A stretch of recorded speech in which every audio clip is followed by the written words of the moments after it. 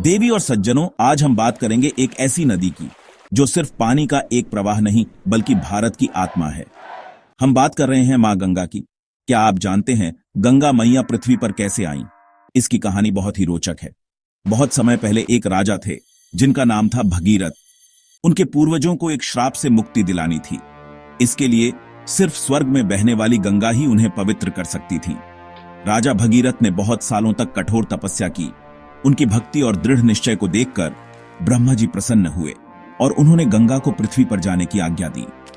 यह एक बहुत बड़ी विजय थी, लेकिन एक समस्या भी थी। गंगा का वेग, उनका प्रवाह इतना तेज था कि अगर वो सीधे स्वर्ग से पृथ्वी पर आती तो पूरी धरती नष्ट हो सकती थी। पृथ्वी इस प्रचंड वेग को सह नहीं पाती। राजा भगीरथ फिर से चिंता में पड़ गए। उन्होंने अपनी समस्या लेकर भगवान शिव के पास जाने का निश्चय किया। महादेव, जो देवों के देव हैं, केवल वही इस असंभव कार्य को संभव कर सकते थे। भगीरथ ने भगवान शिव की आराधना शुरू की। उन्होंने भोलेनाथ से प्रार्थना की कि वे गंगा के वेग को नियंत्रित करें और पृथ्वी को विनाश से बचाएं। उनकी सच्ची पुकार सुनकर भगवान शिव मान गए। उन्होंने भगीरथ को आश्वासन दिया कि वह गंगा को अपनी जटाओं में धारण करेंगे। और फिर वो अद्भुत क्षण आया। देवी गंगा पूरे वेग से स्वर्ग से उतरी। उनका घमंड था कि कोई उन्हें रोक नहीं सकता, लेकिन जैसे ही उनकी धारा भगवान शिव के मस्तक पर पड़ी, वह उनकी घनी जटाओं में खो गई। शिवजी ने गंगा को अपनी जटाओं में बांध लिया। कई वर्षों तक गंगा शिव की जटाओं में ही घूमती रहीं। उन्हें बाहर निकलने का कोई मार्ग नहीं मिला। राजा भगीरथ ने फिर से शिवजी से प्रार्थना की। तब जाकर महादेव ने प्रसन्न होकर अपनी जटाओं से गंगा की एक छोटी सी शांत धारा को पृथ्वी पर बहने के लिए मुक्त किया। इस तरह मां गंगा का पृथ्वी पर आगमन हुआ, शांत और पवित्र रूप में। यह कहानी हमें सिखाती है कि भक्ति में कितनी शक्ति होती है। यह हमें यह भी बताती है कि अहंकार का नाश होता है, जैसे गंगा का वेग शिव की जटाओं में शांत हो गया। जिस स्थान से गंगा पृथ्वी पर पहली बार प्रकट हुई, उसे हम आज गंगोत्री कहते हैं। यह कथा केवल एक पौराणिक कहानी नहीं है, बल्कि यह भारत की संस्कृति और आस्था का आधार है। यह हमें समझाती है कि गंगा क्यों हमारे लिए सिर्फ एक नदी नहीं, बल्कि देवी है, हमारी मां है। हर हर गंगे। यह ध्वनि आज भी करोड़ों दिलों में गूंजती है, उसी भक्ति और श्रद्धा के साथ जो राजा भगीरथ ने दिखाई थी। तो देवियों और सज्जनों, जैसा कि हमने जाना, गंगा का पृथ्वी पर आगमन भगवान शिव की कृपा से हुआ। अब चलिए हम उनके सफर को देखते हैं। गंगा का यह दिव्य सफर शुरू होता है ऊंचे बर्फीले पहाड़ों से। हिमालय में एक जगह है गोमुख। यह गंगोत्री ग्लेशियर का अंतिम छोर है, जो एक गाय के मुख जैसा दिखता है। यहीं से बर्फ पिघलकर एक छोटी सी धारा के रूप में गंगा का जन्म होता है। इस स्थान पर गंगा को भागीरथी कहा जाता है, राजा भगीरथ के नाम पर। यहाँ का पानी इतना ठंडा और निर्मल होता है कि मानो कांच जैसा हो। यह गंगा का बचपन है, जहां वह पहाड़ों के बीच खेलती हुई आगे बढ़ती है।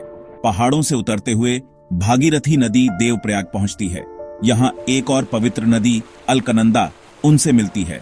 इन दो नदियों का मिलन, जिसे संगम कहते हैं, एक अद्भुत दृश्य होता है। यहीं से इस महान नदी को गंगा नाम मिलता है। इसके बाद गंगा पहाड़ों को छोड़कर मैदानी इलाकों की ओर अपनी यात्रा शुरू करती है। उनका पहला बड़ा पड़ाव आता है ऋषिकेश में, जिसे योग की राजधानी भी कहा जाता है।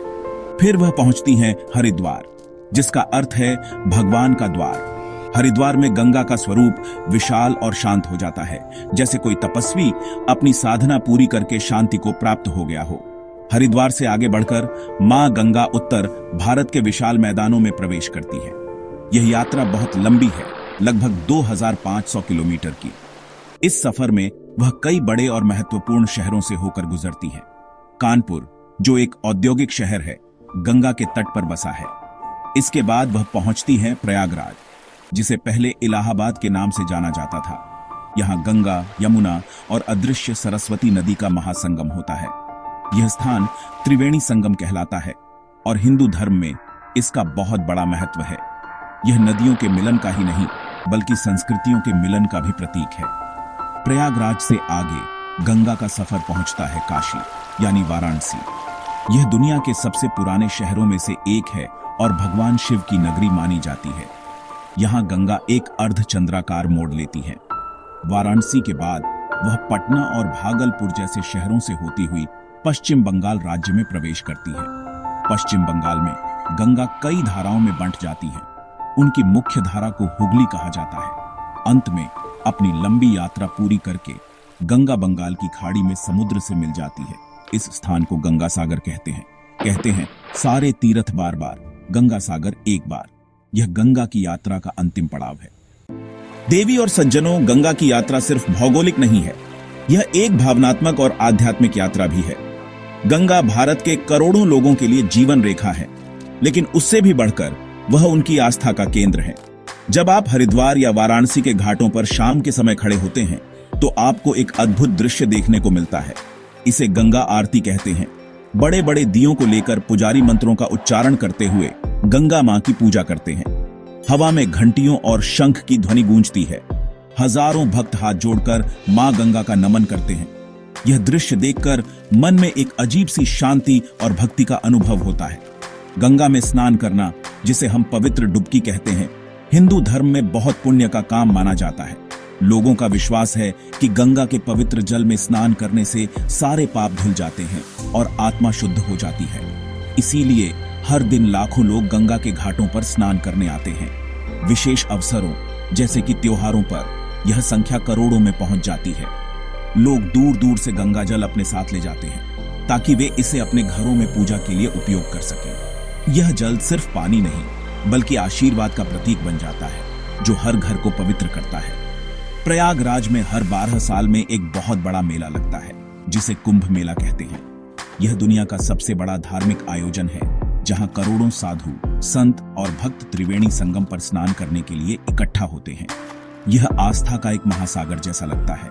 कुंभ मेले का दृश्य अविश्वसनीय होता है।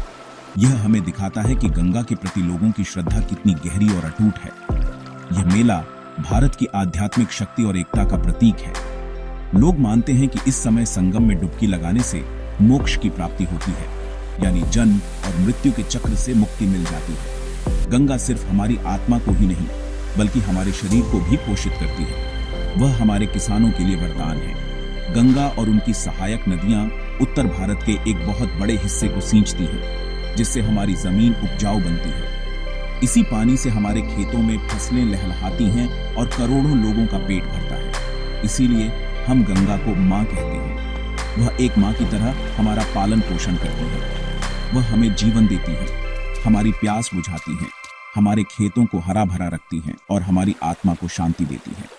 गंगा हमारी संस्कृति, धर्म और जीवन का एक अभिन्न अंग है। तो देवियों और सज्जनों, हमने गंगा मां की महिमा और उनके महत्व को तो जान लिया, लेकिन आज हमारी जीवनदायिनी मां गंगा खुद कष्ट में है। यह एक बहुत ही दुख की बात है और इस पर हमें गंभीरता से सोचना होगा। आज गंगा नदी प्रदूषण की एक गंभीर समस्या से जूझ रही है। शहरों से निकलने वाला गंदा पानी, कारखानों से निकलने वाले जहरीले रसायन और पूजा सामग्री का कचरा, सब कुछ गंगा में बहा दिया जाता है। हमने अपनी मां को इतना कुछ दिया, लेकिन बदले में हम उन्हें क्या दे रहे हैं? प्रदूषण का झर। यह हमारे लिए एक शर्म की बात है।